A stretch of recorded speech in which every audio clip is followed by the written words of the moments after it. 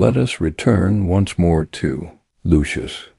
Years after his conflict with Decimus, Lucius faced a different adversary, a rival who was openly critical, yet occasionally laced his criticism with insinuation about Lucius' motives. The younger Lucius might have reacted. He might have felt compelled to defend his integrity vigorously. The older Lucius, having matured, responded differently. He listened. He assessed whether any portion of the criticism contained truth. Where it did, he adjusted. Where it did not, he remained unmoved. He did not seek to silence his rival. He did not attempt to outmaneuver him rhetorically.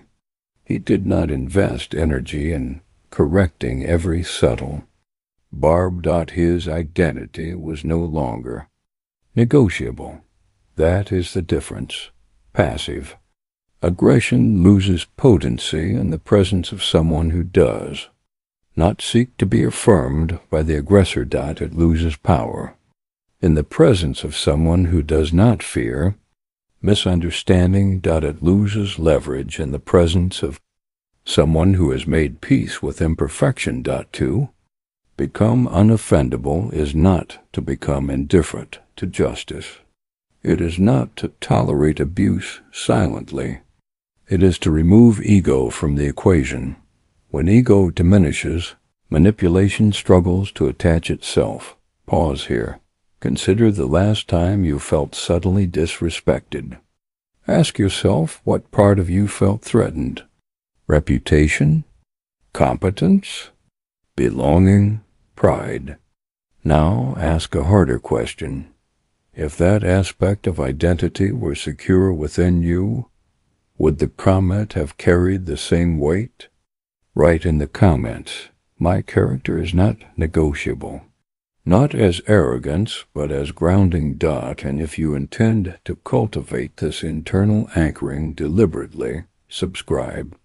Not because subscription itself transforms you, but because sustained exposure to disciplined thought shapes the mind. There is one final insight to leave you with. The Stoic does not measure victory by silencing others. He measures victory by remaining stable within himself. You may encounter passive-aggressive individuals again. You may face insinuation, withdrawal, indirect resistance. But if you have trained perception, recalibrated dependency, practiced directness, governed proximity, and anchored identity, you will not be drawn into fog.